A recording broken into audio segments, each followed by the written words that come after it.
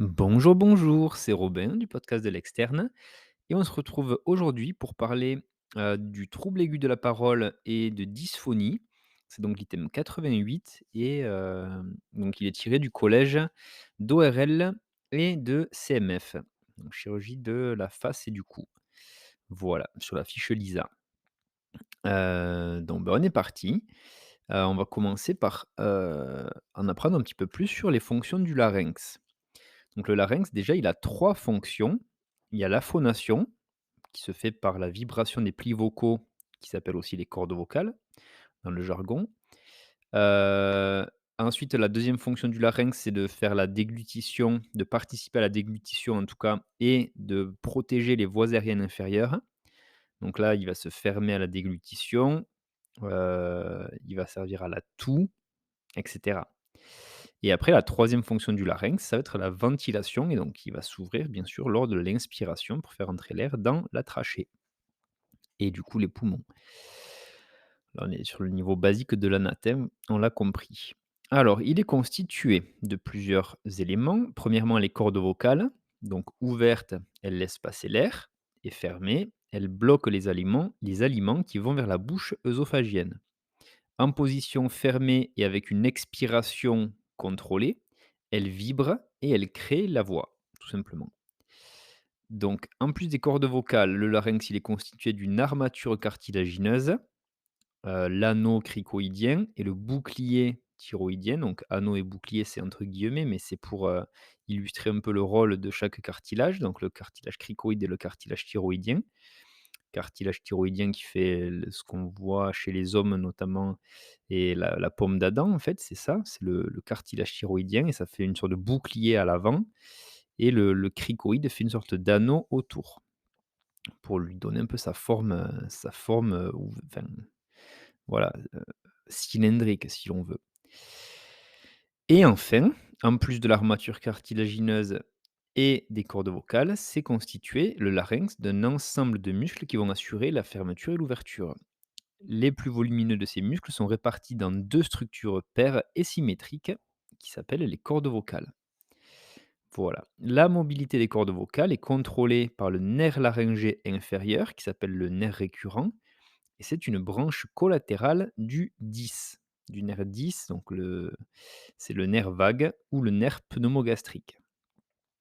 Son noyau est situé au niveau du bulbe rachidien, à proximité des noyaux du 9 et du 12. Donc le 9, c'est le glossopharyngien, si vous vous rappelez bien des cours de PACES et peut-être en P2D, on le voyait aussi encore, je sais plus. Bon voilà, c'est à proximité des noyaux du 9, le glossopharyngien et le 12 qui est l'hypoglosse. Et ces trois nerfs sont impliqués dans la déglutition. Le trajet du 10, il est descendant dans le cou, à proximité de la carotide. Et le nerf récurrent, donc celui qui vient innerver le larynx, il remonte justement vers le larynx après sa naissance sous la crosse de l'aorte à gauche, à la base du cou à droite. Dans son trajet ascendant, le nerf récurrent est collé à la face profonde de la glande thyroïde et à l'œsophage cervical. Voilà pour un petit peu l'anatomie du nerf récurrent. Excusez-moi, je mange des petits bouts de mandarine là. Je finis mon repas en fait, je suis en train de me terminer mon dessert.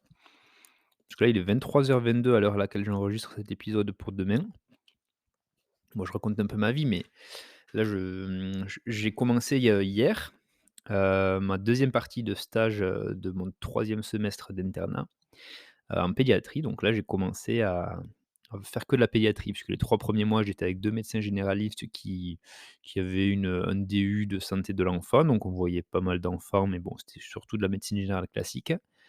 Et là, par contre, pour les 3 derniers mois du semestre, c'est full pédiatrie, donc là, je suis avec une pédiatre en libéral, dans le même cabinet, que j'ai là où j'étais, les 3 premiers mois et donc là, 2 jours par semaine et les 2 autres jours de la semaine, je suis à l'hôpital de Mende, en Lozère, donc dans le service de pédiatrie. On fait des consultations, on participe, à la vie du service et cetera.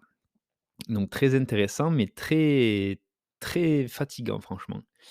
Les journées, elles commencent assez tôt, elles finissent assez tard, voilà, donc j'ai quand même, quand même, voilà, j'ai envie de vivre ma vie donc quand je suis rentré là sur les coups de 20h30, je suis allé courir, j'ai mangé et donc là, pour gagner un peu de temps, je fais mon dessert en enregistrant cet épisode. Donc j'espère que tu ne m'en veux pas. Et d'ailleurs, voilà, comme je suis en pédiatrie, peut-être qu'il y aura des épisodes un peu plus axés pédiatrie pendant cette période-là. Donc voilà. Après je garde je garde le schéma, on va dire, que j'ai instauré là avec, chaque épisode est un thème différent, sur une suite logique qui se suit. Mais, parmi ces petites matières ou ces grands systèmes en tout cas, système cardiovasculaire, ORL et cetera, eh bien je viens piocher les items qui parlent un peu de pédiatrie ou voilà, dans lesquels on aborde un peu, les pathologies des enfants. Voilà, bon là, en l'occurrence, il y en a pas sur celui-ci, mais il risque d'y en avoir un peu plus. Voilà, fermeture de parenthèse et on revient sur, le chapitre. Donc là, on va regarder, plus en détail la définition d'un trouble aigu de la parole. Donc là, la parole, en fait, c'est la modification du son en fonction de la forme du conduit aérodigestif. La même vibration des cordes vocales sera entendue comme A ou I en fonction de la position de la langue. Le langage est l'utilisation de la parole à des fins signifiantes. Donc, vous avez vu, il y a plusieurs choses. Il y a la voix. La voix, donc, c'est le son produit par la vibration des cordes vocales liées à l'air expulsé. Après, il y a la parole. Donc ça, c'est la modification de ce son, la modification de la voix au final, en fonction de la forme, du coup, du conduit aérodigestif, donc de la langue, du larynx, du pharynx et cetera. Et en plus de la parole, il y a le langage et donc ça, c'est l'utilisation de la parole qui permet de se faire comprendre et cetera. Et les troubles de l'articulation de la parole sont appelés dysarthries. Donc là, on peut la voir, avec une lenteur de la parole, chez les patients parkinsoniens, par exemple, ou des patients bègues, ceux qui bégayent. Allez, maintenant, on va voir la définition d'une dysphonie. Donc là, une dysphonie, contrairement à la dysarthrie, ça va être, un trouble de la voix et non pas de la parole. Et donc là, plus précisément, la dysphonie, c'est une anomalie de la vibration des cordes vocales. Toutes les anomalies de la parole ne sont pas des dysphonies, voilà, comme on vient de le décrire. On distingue les voix faibles des patients insuffisants respiratoires ou des patients en situation de grande altération de l'état général. Après, il y a les anomalies de la voix en rapport avec une obstruction nasale. C'est ce qu'on peut appeler la rhinolalie fermée. Rhino de nez, lalie, c'est la parole, hein. Donc rhinolalie, on parle du nez. Et ça peut être également lié à une fuite d'air au niveau du voile du palais. Donc ça, c'est une rhinolalie ouverte. Voilà, ça ferait une voix un peu nasillarde, mais un peu soufflée. Vous voyez? Je sais pas si on peut avoir des exemples, mais voilà, c'est un peu une voix nasillarde, mais pas comme quand on se bouche le nez, c'est un peu soufflé. D'ailleurs, moi, ça me fait penser à un pote à moi que j'avais en primaire, bon, ça remonte, de fou et il avait un bec de lièvre, enfin, il avait eu un bec de lièvre, assez énervé, je crois, quand il était petit. Bon, on était petit en primaire, du coup, donc il s'était fait opérer, finalement, ça remontait à pas si longtemps. Il avait un peu des troubles de la parole et je pense qu'il avait une rhinolalie ouverte parce qu'il avait vraiment une voix, du nez, mais en même temps, il parlait comme un chien, quoi. Ouais, un peu soufflé. Ouais, c'est pas pour me moquer de lui, pas du tout, mais c'est pour donner un peu l'exemple. Donc voilà, rhinolalie ouverte. Ensuite, les anomalies du timbre de la voix causées par une tumeur basilinguale, donc de la base de la langue, ou oropharyngée. Et donc dans ce cas, on parle de voix pharyngée, tout simplement. Et enfin, on distingue également les dysarthries. Donc ça, c'est plutôt dans le cadre des maladies neurologiques, notamment la maladie de Parkinson ou la sclérose latérale amyotrophique, la SLA, également appelée maladie de Charcot. Oula, oula, mon ordinateur il fait n'importe quoi. Ah, mais je crois que c'est parce que j'ai mis un peu de jus de mandarine dessus. Voilà. Ah, j'arrive pas à le contrôler. Allez, reste en vie. OK, allez, j'arrive à le voilà, non, c'est pas top là. Ah purée! Bon, je vais mettre une pause si j'y arrive. et je vais essayer de le nettoyer un peu parce que là, je peux plus contrôler la souris.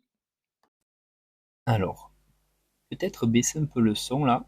En fait, je vais enregistrer avec un autre micro. Donc ça, j'enregistre après coup, après avoir écouté les rushs. Le son va être un peu plus fort. Donc peut-être baisser le son d'un ou deux crans pour pas vous faire surprendre. Allez, on continue le chapitre. Allez, bon, ben là, je continue avec mon petit micro de poche, en micro-cravate. Parce que là, ben, l'ordi, il a visiblement rendu l'âme, donc bon, tant pis, je fais avec mon téléphone et ce petit micro. J'espère que la qualité ne s'en ressentira pas trop. Donc, on va voir maintenant la démarche diagnostique devant une dysphonie. Donc, toute dysphonie traînante doit faire l'objet d'un examen des cordes vocales lors d'une consultation ORL avec une fibroscopie nasopharyngée.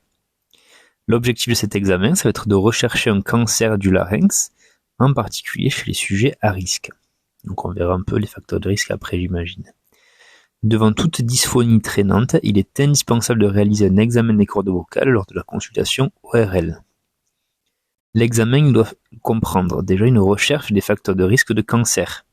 Ça va être l'âge, la profession à risque vocal, entre guillemets, comme les enseignants, le sexe, l'alcool, le tabac. Le sexe, c'est homme-femme, c'est pas la pratique sexuelle. L'alcool, le tabac, le reflux gastro-œsophagien, les antécédents chirurgicaux ou traumatiques. Ça va être la recherche de signes associés à cette dysphonie traînante. Ça va être là s'il y a une dyspnée, une dysphagie, des fausses routes, etc. Et ça va être aussi un examen des paires crâniennes, et notamment la motricité linguale, qui va tester le nerf hypoglosse, le nerf 12. On va tester également la motricité du voile, du palais, donc là c'est le nerf 10, nerf vague, et également de la paroi pharyngée postérieure. Ça va être le signe du rideau, voilà, quand il y a le voile du palais pas le voile du palais, mais la paroi pharyngée qui se décale d'un côté ou de l'autre. Un côté qui est relevé, l'autre côté abaissé par exemple. Et ça va tester le nerf 9 et 10. Donc glossopharyngien et vague.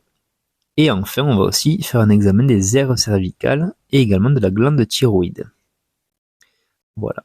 Alors, les 4 principales causes de dysphonie. Donc celles que l'on retrouve principalement à l'examen, donc les causes de dysphonie que l'on retrouve à l'examen, ça va être les suivantes. Premièrement, ça peut être des cordes vocales normales, mais avec un trouble de la mobilité. Donc là, ça sera soit une paralysie unie ou bilatérale. Après, on peut avoir des cordes vocales suspectes, d'une lésion maligne par exemple. Et donc là, il y a une indication de laryngoscopie en suspension, LES, sous anesthésie générale pour pratiquer des biopsies. Après, on peut avoir des cordes vocales avec des lésions d'allure bénigne. Dans ce cas, on fait une surveillance et une LES, donc laryngoscopie en suspension au moindre doute. Et après, à l'examen, on peut avoir des cordes vocales normales et mobiles. Et donc dans ce cas, il y aura une indication à demander l'avis auprès d'un phoniatre. Voilà, ça c'est des diagnostics fonctionnels qui sont assez difficiles à poser. Allez, maintenant on va voir les examens à réaliser en première intention dans le cadre d'une dysphonie. Donc devant une dysphonie, il est indispensable de réaliser un examen du larynx lors de la consultation ORL afin de préciser la présence d'une éventuelle lésion et mobilité du larynx. Donc notamment les cordes vocales et les aryténoïdes. Donc ça, on l'a vu juste un peu avant, la consultation ORL. Donc la laryngoscopie, elle peut s'effectuer par voie transnasale, à travers les fosses nasales. Donc ça sera une fibroscopie nasopharyngée. Nasopharyngée parce que ça passe d'abord dans le nez, puis dans le pharynx. Et on va pouvoir observer ainsi le larynx. Et sinon, ça peut se faire par voie transorale, donc à travers la bouche, à l'aide d'un épipharyngoscope ou d'un miroir laryngé. Et donc ça, c'est une laryngoscopie indirecte. C'est un examen qui est moins réalisé dans la pratique quotidienne, mais il est aussi un peu moins invasif. Et en fonction des constatations, un examen du larynx sous anesthésie générale sera réalisé. Et donc dans ce cas, ça sera par une laryngoscopie en suspension, donc la fameuse LES. Allez, on continue avec l'orientation diagnostique d'une paralysie laryngée en fonction du contexte et des manifestations associées. Donc, il faut savoir que immobilité n'est pas synonyme de paralysie. Un blocage mécanique ou tumoral est possible, par exemple, ce qui empêcherait la corde vocale de bouger, le larynx en tout cas. Le diagnostic différentiel n'est pas toujours aisé, donc il faut bien s'appuyer sur l'interrogatoire, l'examen et parfois la LES pour s'aider dans le diagnostic différentiel. Donc là, les causes de blocage mécanique, ça peut être un cancer du larynx ou du sinus piriforme. C'est important car le statut TNM classe une immobilité laryngée unilatérale en T3. Donc c'est un stade très élevé. Après, comme autre blocage mécanique, on peut avoir des lésions post-traumatiques, après une intubation par exemple. Donc là, ça peut être une dysphonie qui survient au réveil, après une chirurgie ou une intubation en urgence. Et à l'examen, l'arythénoïde peut être inflammatoire, voire même luxé. Ensuite, les causes de paralysie. Donc là, on a vu les causes de blocage mécanique. Après, on peut bien sûr avoir les paralysies. Donc là, il y en a plus. Ça peut être une lésion maligne qui siège sur le trajet du nerf. Et donc là, on fera un scanner cervico-thoracique avec injection de manière indispensable. Et donc sur ce scanner, on va rechercher un cancer thyroïdien, un cancer pulmonaire, surtout à gauche en raison du trajet du nerf vague.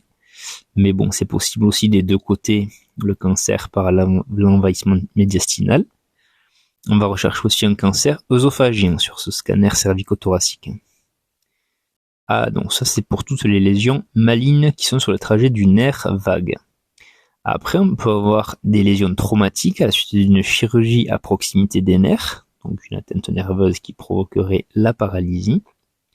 On peut avoir des causes neurologiques, par exemple des maladies neurodégénératives comme la CEP, le Guillain-Barré, etc. On peut avoir un AVC aussi, une syringomyélie, des neuropathies diabétiques. Mais bon, en sachant que la paralysie laryngée est rarement au premier plan. C'est pas le premier signe évoqué. Après, on peut avoir des causes cardiaques, ça c'est des étiologies très rares, mais en cas de maladie mitrale ou de coarctation aortique, on peut avoir cette paralysie laryngée. Et enfin, il peut y avoir une paralysie idiopathique, donc ça représente environ 20% des cas, et il s'agit bien sûr d'un diagnostic d'élimination. Chaque fois qu'il y a idiopathique, c'est qu'on a essayé de tout éliminer pour parler de ce diagnostic-là. Et là, la récupération, elle va survenir dans 50% des cas, dans un délai de 6 à 8 mois.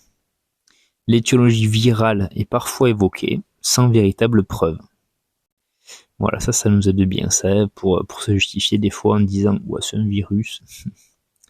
C'est qu'on ne sait pas, généralement. Allez, et là, en cas d'immobilité bilatérale. Donc là, la symptomatologie, elle est plus bruyante qu'en cas d'immobilité unilatérale. Pourquoi ? Eh bien parce que tout simplement, si les deux cordes vocales sont immobiles, eh bien l'urgence est liée au risque de dyspnée.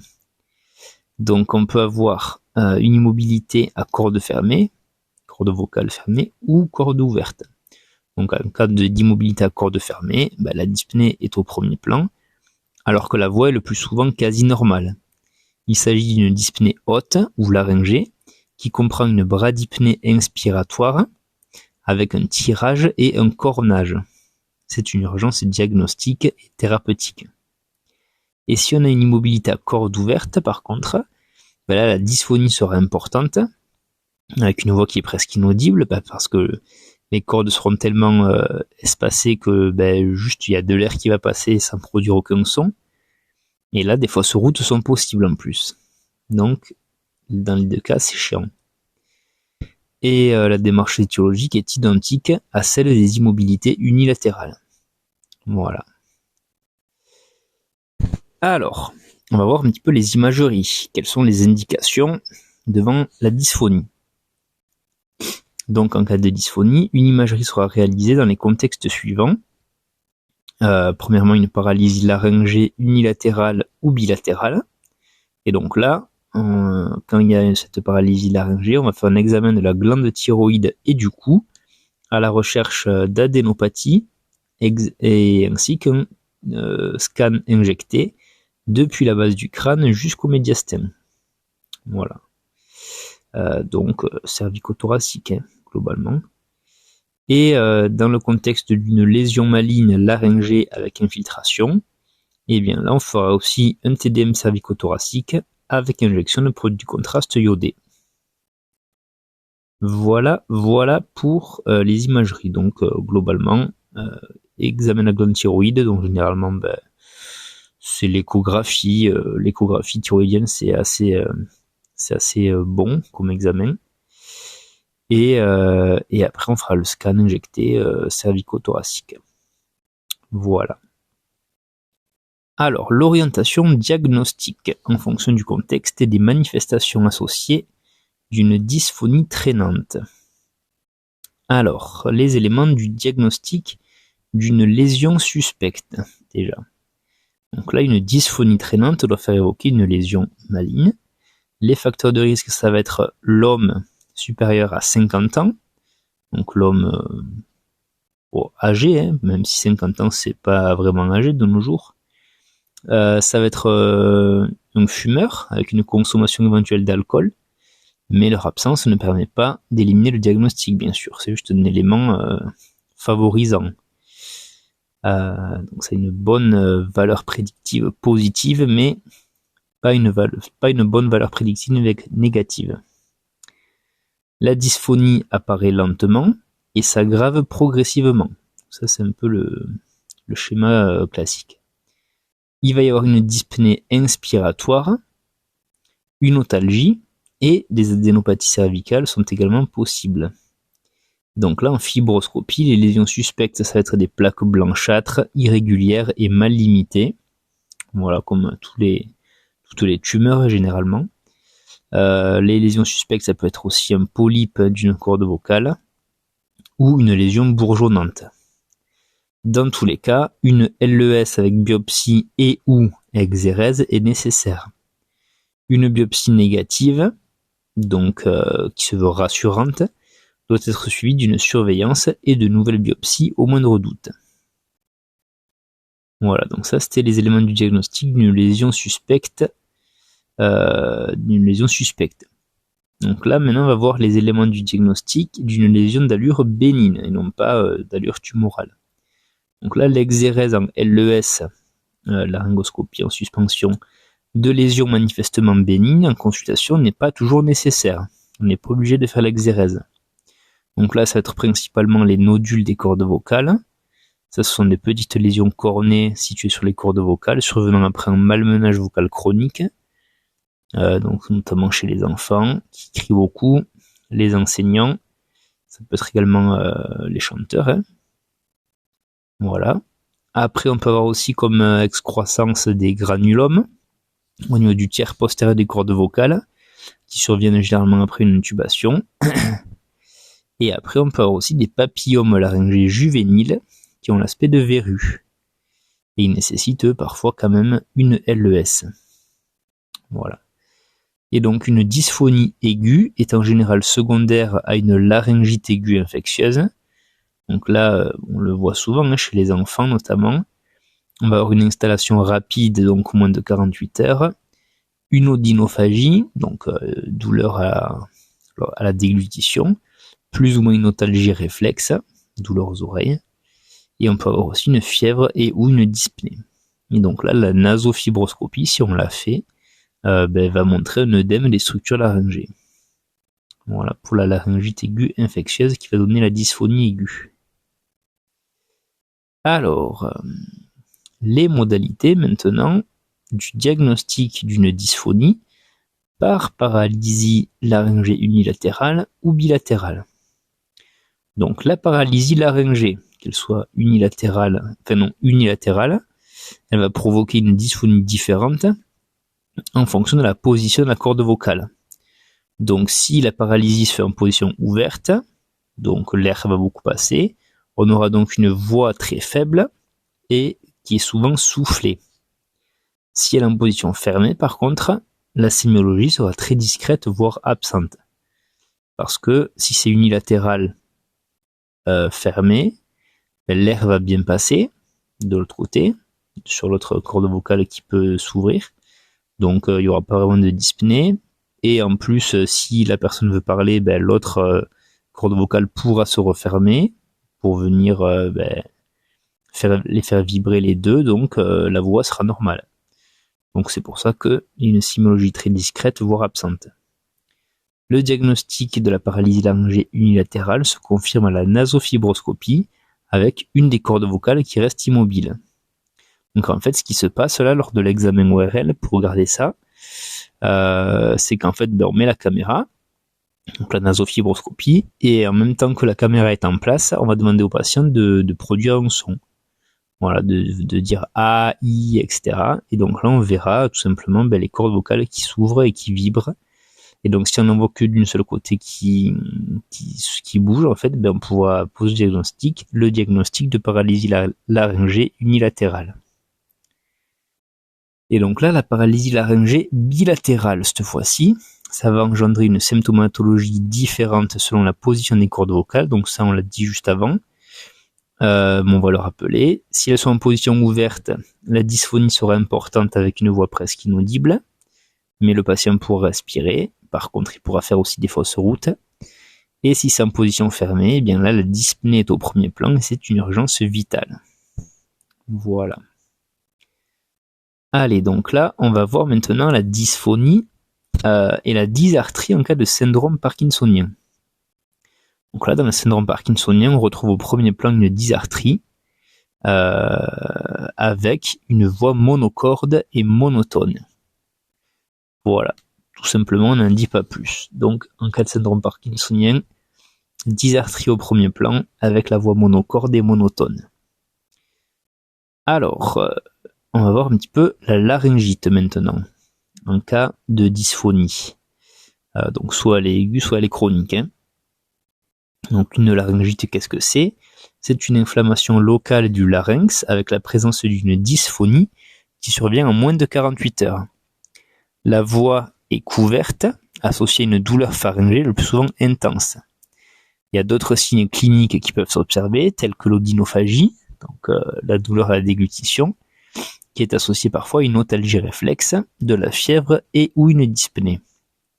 Le diagnostic est clinique par la nasofibroscopie qui permet de faire le diagnostic de laryngite en visualisant l'œdème et l'érythème de l'épiglotte avec l'inflammation des structures supraglottiques, donc au-dessus de l'épiglotte.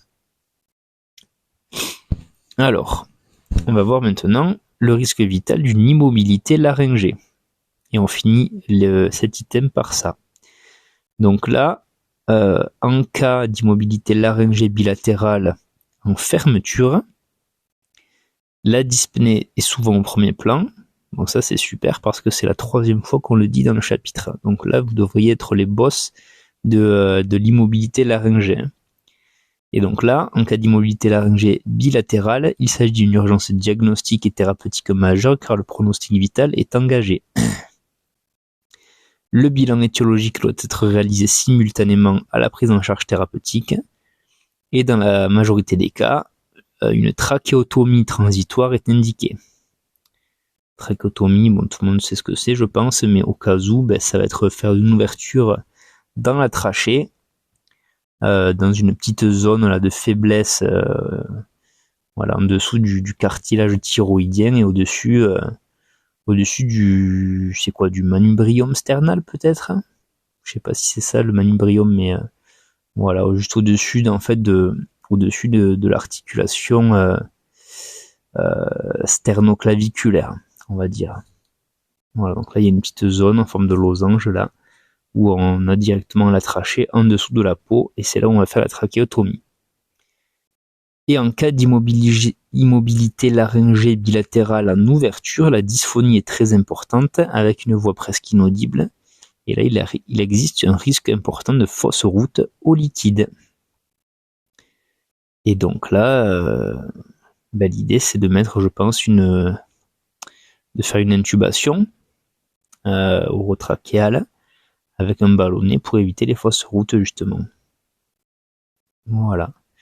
Donc c'est la fin de ce chapitre. J'espère qu'il vous aura plu. En attendant, moi, je vais vous souhaiter à tous une bonne journée. Si vous avez bien aimé cet épisode, n'hésitez pas à mettre un petit 5 étoiles parce que là, il faut me soutenir, là, c'était bien galère. Je vais sans doute devoir changer mon ordi, en plus il est flingué. Donc voilà, souhaitez-moi de la force et moi je vous en souhaite aussi en retour. Passez une bonne journée, faites de beaux rêves si vous allez dormir. Et puis on se dit à dans 2 jours pour le prochain épisode. Ciao ciao.